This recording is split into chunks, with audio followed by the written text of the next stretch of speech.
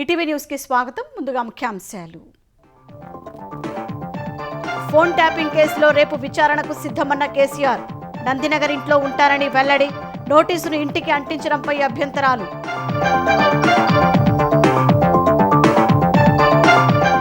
కేసీఆర్ ను ప్రశ్నించడంపై అధికారులతో సజ్జనార్ సమాలోచనలు.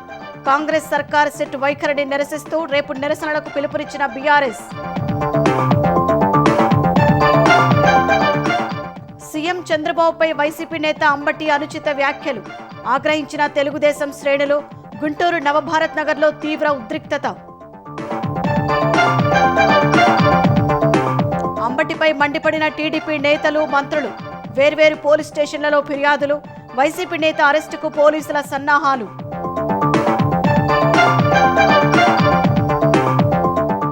వైసీపీ హయాంలో పేదల భూమి దోచుకునే ప్రయత్నాలు చేశారన్న చంద్రబాబు. అధికారానికి రాగానే అందరికీ న్యాయం చేస్తున్నట్టు వెల్లడి. మేడారంలో ముగిసిన మహాజాతర. వనప్రవేశం చేసిన సమ్మక్క సారలమ్మ. పెద్ద సంఖ్యలో తరలివచ్చి వీడ్కోలు పలికిన భక్తులు. రేపు పార్లమెంటు ముందుకు 2026-27 వార్షిక పద్దు. మొదటిసారి ఆదివారం తెస్తున్న కేంద్రం. 9వసారి రూపొందించిన నిర్మలా సీతారామన్.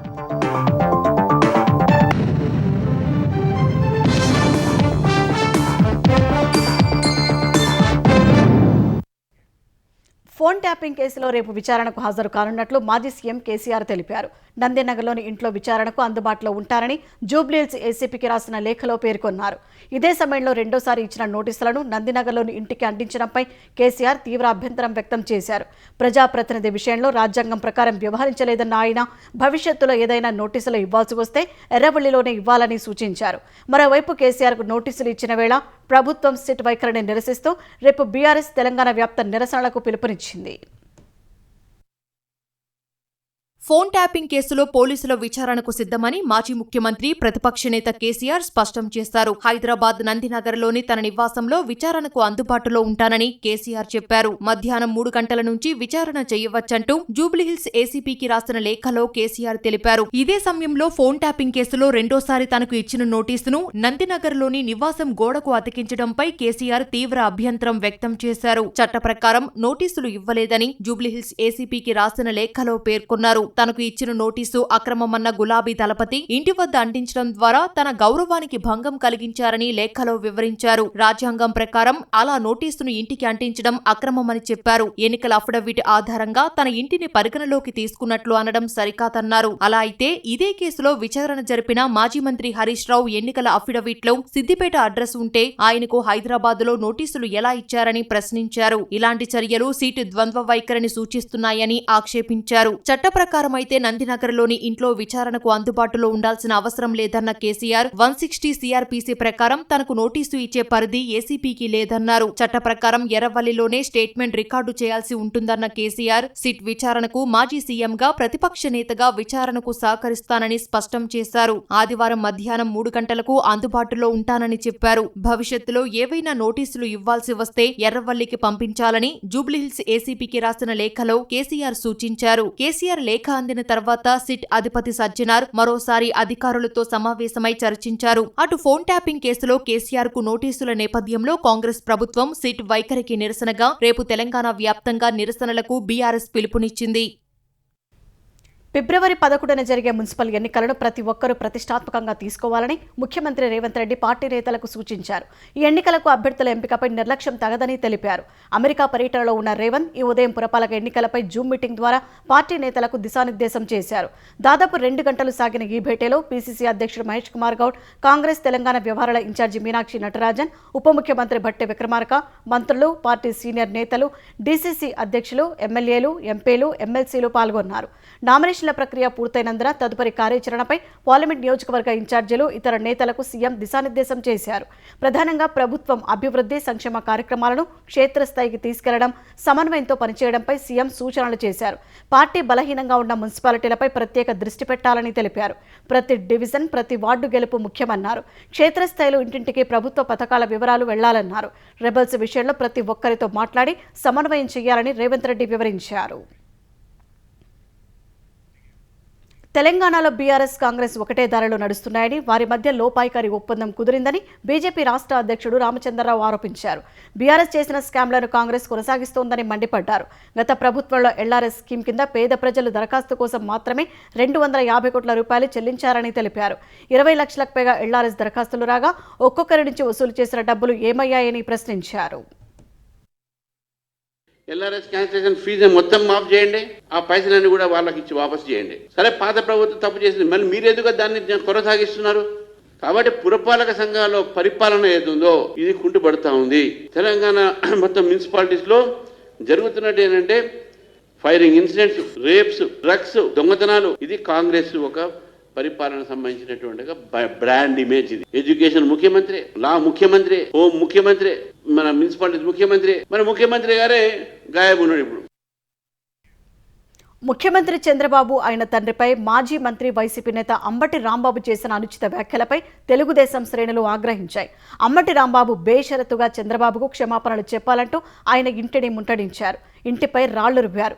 ఇంట్లోని కిటికీ అద్దాలు, పూల కుండీలు ధ్వంసం చేశారు. మరోవైపు కూటమి నేతల ఫిర్యాదుతో గుంటూరు జిల్లాలోని పలు పోలీస్ స్టేషన్లలో అంబటి రాంబాబుపై కేసులు నమోదయ్యాయి.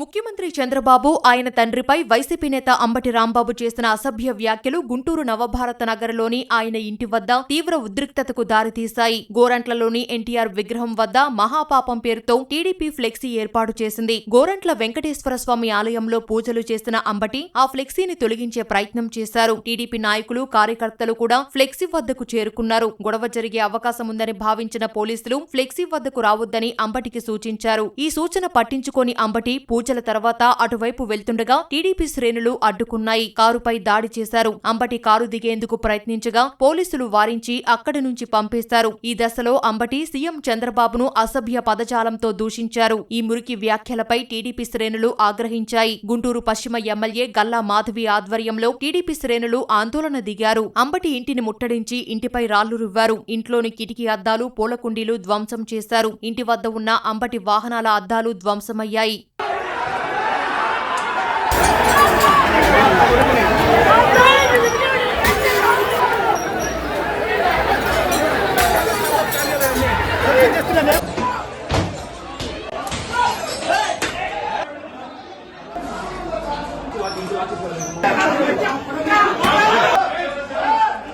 టీడీపీ మహిళా కార్యకర్తలు చీపుర్లు పట్టుకుని వచ్చి నిరసన చేపట్టారు. కోడిగుడ్లు విసిరి నిరసన తెలుపుతూ వెంటనే క్షమాపణ చెప్పాలని డిమాండ్ చేశారు. అంబటి రాంబాబును వెంటనే అరెస్టు చేయాలని లేదా తమకు అప్పగించాలని డిమాండ్ చేశారు.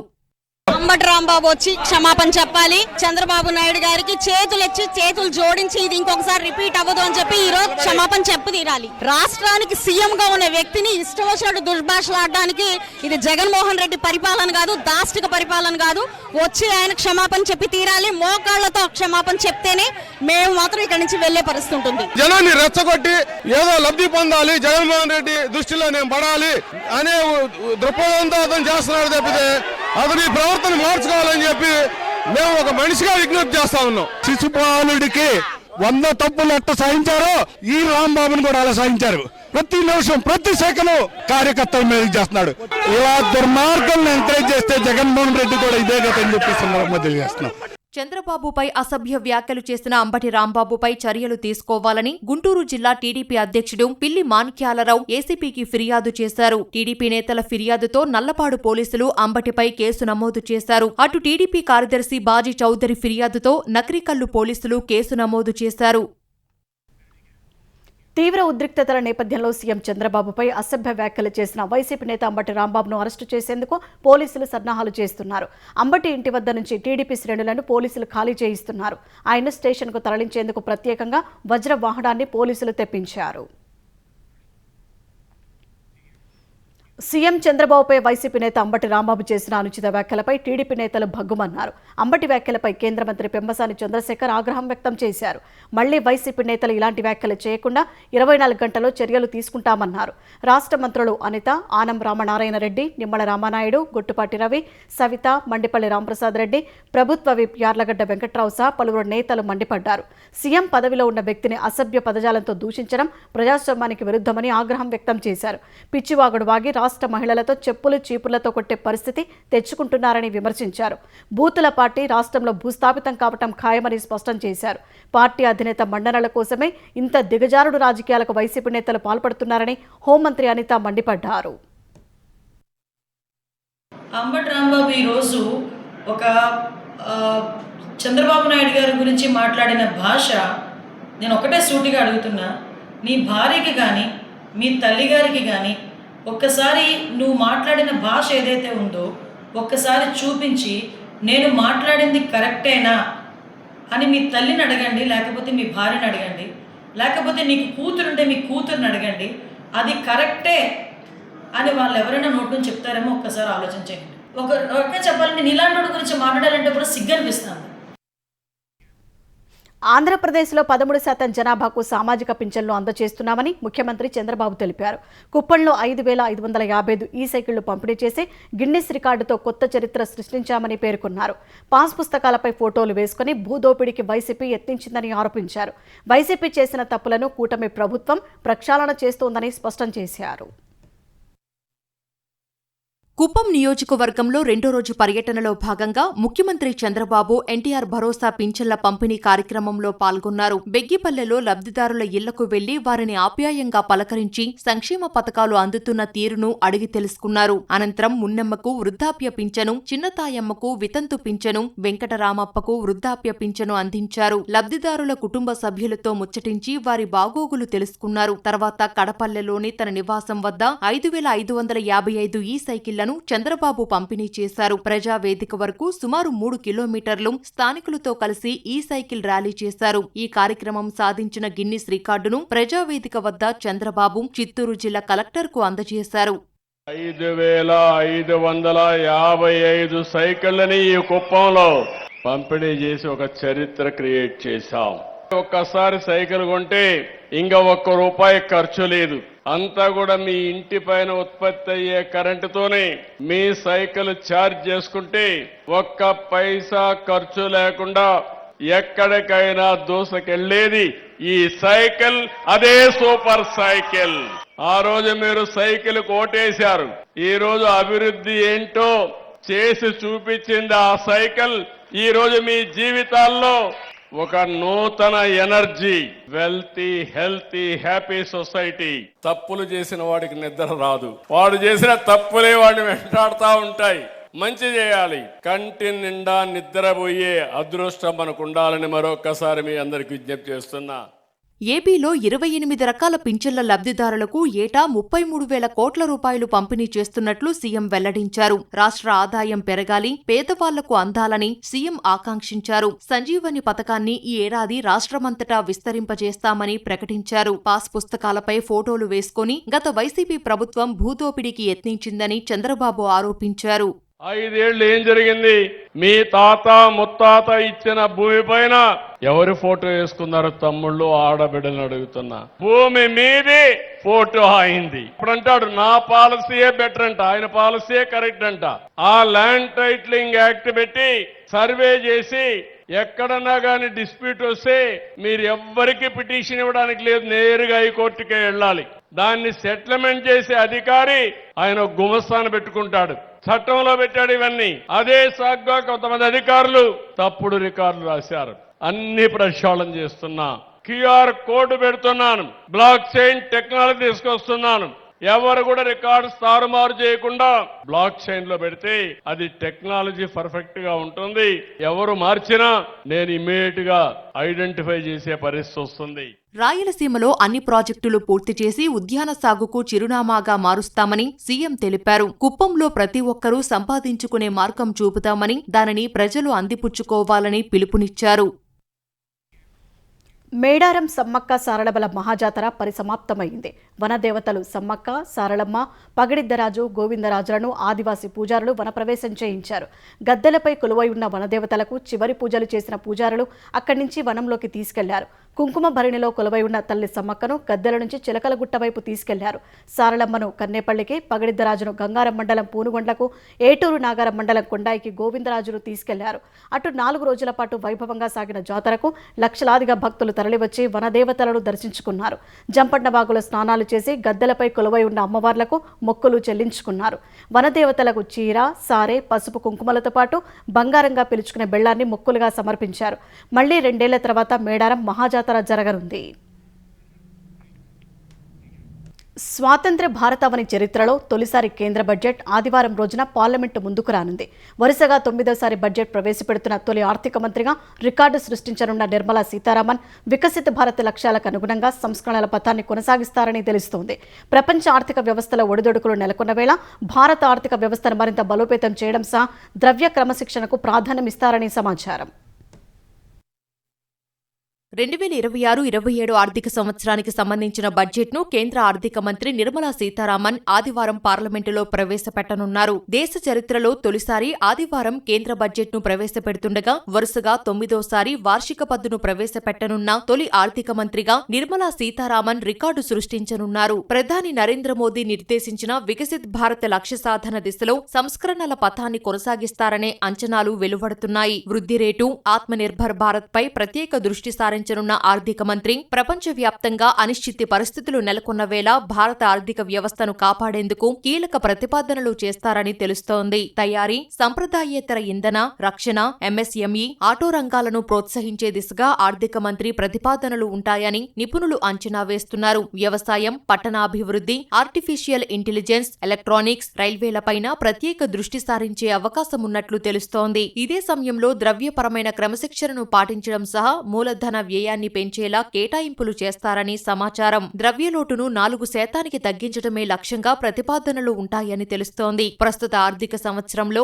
దీనిని 4.5% కంటే దిగువకు తీసుకురావాలని కేంద్రం నిర్దేశించుకుంది. ఇదే సమయంలో మూలధన వ్యయాన్ని ప్రస్తుత ఆర్థిక సంవత్సరంతో పోలిస్తే 10 నుంచి 15% పెంచుతారనే అంచనాలు ఉన్నాయి. ప్రస్తుత ఆర్థిక సంవత్సరానికి 11.2 లక్షల కోట్లు మూలధన వ్యయాన్ని ప్రతిపాదించారు. మరోవైపు జాతీయ ఉపాధి హామీ పథకం స్థానంలో వీబీజీ రామ్జీ పథకాన్ని తీసుకొచ్చిన కేంద్రం దీనికి ఏమాత్రం కేటాయింపులు జరుపుతుందనే అంశంపై సర్వత్రా ఆసక్తి నెలకొంది. ఆరోగ్యం, విద్యా రంగాలకు ప్రస్తుత ఏడాదితో పోలిస్తే అధికంగా నిధులు కేటాయిస్తారనే అంచనాలు వెలువడుతున్నాయి. బ్యాంకింగ్ రంగంలోనూ పెద్ద ఎత్తున సంస్కరణలు ప్రతిపాదిస్తారని తెలుస్తోంది. వికసిత్ భారత్ లక్ష్యాలకు అనుగుణంగా పెద్ద ఎత్తున సాంకేతిక పరిజ్ఞానాన్ని అందిపుచ్చుకోవడం, ప్రపంచ స్థాయి పోటీతత్వాన్ని తట్టుకునేలా ప్రభుత్వ రంగ బ్యాంకులను తీర్చిదిద్దేలా ప్రతిపాదనలు చేస్తారని నిపుణులు అంచనా వేస్తున్నారు. కేంద్ర ఆర్థిక మంత్రి నిర్మలా సీతారామన్ రేపు ప్రవేశపెట్టే బడ్జెట్లో తెలంగాణకు న్యాయం చేయాలని రవాణా శాఖ మంత్రి పొన్నం ప్రభాకర్ కోరారు. కాంగ్రెస్ ప్రభుత్వం ఏర్పడిన తర్వాత సీఎంతో పాటు మంత్రులంతా ప్రధాని నరేంద్ర మోదీ సహా కేంద్ర మంత్రులను కలిసి రాష్ట్రానికి రావాల్సిన నిధులు, అభివృద్ధి ప్రాజెక్టుల కేటాయింపుపై విజ్ఞప్తి చేసినట్టు పొన్నం తెలిపారు. అయినా ప్రభుత్వం తరపున మరోసారి కేంద్రాన్ని కోరుతున్నామన్న మంత్రి తెలంగాణపై కేంద్రంలోని బీజేపీ వివక్ష చూపుతుందని ఆరోపించారు. రాష్ట్రానికి నిధులు వచ్చేలా బీజేపీ ఎంపీలు, కేంద్ర మంత్రులు కృషి చేయాలని కోరారు. 2026-27 ఆర్థిక సంవత్సరానికి 11,460 కోట్ల రూపాయలతో వార్షిక పద్దుకు జీహెచ్ఎంసీ పాలక మండలి ఆమోదం తెలిపింది. ఫిబ్రవరి 10తో ప్రస్తుత పాలకవర్గం గడువు ముగియనుండగా ఇవాళ మేయర్ గద్వాల విజయలక్ష్మి అధ్యక్షతన చివరి సమావేశం జరిగింది. ఈ భేటీలో తొలుత ఇటీవలే మృతి చెందిన చంపాపేట కార్పొరేటర్ వంగ మధుసూదన్ రెడ్డి మృతికి సంతాపంగా సభ్యులు 2 నిమిషాలు మౌనం పాటించారు. అనంతరం జీహెచ్ఎంసీ కమిషనర్ కర్ణన్ 2026-27 ఆర్థిక సంవత్సరానికి వార్షిక పద్దును సభకు సమర్పించారు. కొత్తగా హైదరాబాద్ శివాలలోని 27 మున్సిపాలిటీలు, కార్పొరేషన్లు జీహెచ్ఎంసీలో విలీనమైనందున 11,460 కోట్లతో పద్దును రూపొందించారు. వేర్వేరు మార్గాల ద్వారా జీహెచ్ఎంసీకి 6,441 కోట్ల ఆదాయం సమకూరనున్నట్లు కమిషనర్ కర్ణన్ వివరించారు. ప్రభుత్వం నుంచి గ్రాంట్లు 3,100 కోట్లు, 15వ ఆర్థిక సంఘం నిధులు 719 కోట్లు, రాష్ట్ర ఆర్థిక సంఘం నుంచి రెవెన్యూ గ్రాంట్ల రూపంలో 400 కోట్లు వస్తాయని తెలిపిన కర్ణన్ అప్పుల ద్వారా 800 కోట్లు సమకూర్చుకుంటామని వివరించారు. కొత్తగా విలీనమైన 27 మున్సిపాలిటీలు, కార్పొరేషన్ల నుంచి 400 కోట్ల రూపాయల ఆదాయాన్ని అంచనా వేశారు. తిరుమల లడ్డూ కల్తీ నెయ్యి వ్యవహారంపై వైసీపీ అసత్య ప్రచారం చేస్తోందని ఆంధ్రప్రదేశ్ మంత్రులు తీవ్రస్థాయిలో మండిపడ్డారు. కర్నూలు పెన్షన్ల పంపిణీలో పాల్గొన్న మంత్రి టీజీ భరత్ కల్తీ నెయ్యి కేసులో మాజీ సీఎం జగన్ పాత్ర ఉందని భావిస్తున్నట్లు ఆరోపించారు. కూటమి ప్రభుత్వం మాత్రమే తిరుమల పవిత్రతను కాపాడుతోందన్నారు. 250 కోట్ల టర్నోవర్ నిబంధనను 100 కోట్లకు, 3 ఏళ్ల అనుభవాన్ని ఏడాదికి తగ్గించి తమకు కావాల్సిన బోలేబాబా వంటి సంస్థలకు టెండర్లను వైసీపీ కట్టబెట్టిందని పర్యాటక శాఖ మంత్రి కందుల దుర్గేష్ ఆరోపించారు. కమిషన్ల కక్కుర్తితో ఏ రకమైన ప్రమాణాలు పాటిస్తున్నారో విస్మరించడం వల్లే కల్తీ నెయ్యి వ్యవహారం జరిగిందని పేర్కొన్నారు. తిరుమల కల్తీ నెయ్యి వ్యవహారంలో వైసీపీకి ఎలాంటి క్లీన్ చిట్ రాలేదని, వైసీపీ చేసుకునేది అసత్య ప్రచారమేనని ఆర్థిక మంత్రి పయ్యావుల కేశవ్ స్పష్టం చేశారు. దేవుడి విషయంలో పాపం చేసి సంబరాలు చేసుకోవటానికి వైసీపీకి సిగ్గుండాలని మండిపడ్డారు. నల్గొండ జిల్లాలో దారుణ ఘటన జరిగింది. నాంపల్లి మండలం కేతపల్లిలో తల్లి 5 నెలల కుమారుడు దారుణ హత్యకు గురయ్యారు. కేతపల్లికి చెందిన కుందేళ్ల నగేష్ భార్య మమతతో అదే గ్రామానికి చెందిన సుజాత గొడవపడింది. వాగ్వాదం తీవ్రస్థాయికి చేరి మమతపై పెట్రోల్ పోసి సుజాత నిప్పంటించింది. ఆ సమయంలో బాధితురాలు తన 5 నెలల కుమారుడిని ఎత్తుకొని ఉంది. ఈ ఘటనలో మమత అక్కడికక్కడే మృతి చెందగా తీవ్ర గాయాలైన చిన్నారి కూడా ప్రాణాలు కోల్పోయాడు. మమత భర్తతో సుజాతకు వివాహేతర సంబంధం ఉన్నట్లు తెలుస్తోంది. సికింద్రాబాద్ రైల్వే స్టేషన్ పరిధిలో ఓ తల్లి తన 2 పిల్లలతో కలిసి రైలు కింద పడి ఆత్మహత్య చేసుకుంది. ఈ తెల్లవారుజామున చల్లపల్లి ఘట్కేసర్ రైల్వే పట్టాల వద్ద ఒకే కుటుంబానికి చెందిన 3 మృతదేహాలను పోలీసులు గుర్తించారు. వారిని చెంగిచెల్ల హరితవనం కాలనీకి చెందిన విజయశాంతిరెడ్డి, ఆమె కుమార్తె చైతన్య, కుమారుడు విశాల్ రెడ్డిగా గుర్తించారు. విజయశాంతి ఓ సాఫ్ట్వేర్ సంస్థలో ఉద్యోగం చేస్తుండగా ఆమె భర్త సురేందర్ రెడ్డి కొంతకాలంగా దుబాయ్లో ఉద్యోగం చేస్తున్నారు. నిన్న పరీక్షలు ముగిసిన తర్వాత తన కూతురు కుమారుడిని ఇంటికి తీసుకువచ్చిన విజయ తెల్లవారుజామున కారులో రైల్వే ట్రాక్ వద్దకు వెళ్లి ఆత్మహత్యకు పాల్పడినట్లు పోలీసులు తెలిపారు. 3 మృతదేహాలను గాంధీ ఆసుపత్రికి తరలించారు. ఘటనపై కేసు నమోదు చేసిన పోలీసులు విజయశాంతి రాసిన ఓ నోట్ను స్వాధీనం చేసుకున్నారు. ఆ లేఖలో ఆమె జీవితం నచ్చకే ఆత్మహత్య చేసుకుంటున్నట్టు పేర్కొన్నారని పోలీసులు తెలిపారు. అమెరికా ప్రభుత్వం మరోసారి పాక్షికంగా మూతపడింది. 2026 బడ్జెట్ ఆమోదానికి కాంగ్రెస్ విధించిన గడువు ముగియడంతో అమెరికా ప్రభుత్వం మరోసారి షట్డౌన్ను ఎదుర్కొంటోంది. ఫెడరల్ ప్రభుత్వంలో 3 విభాగాలు ప్రభావితమయ్యాయి.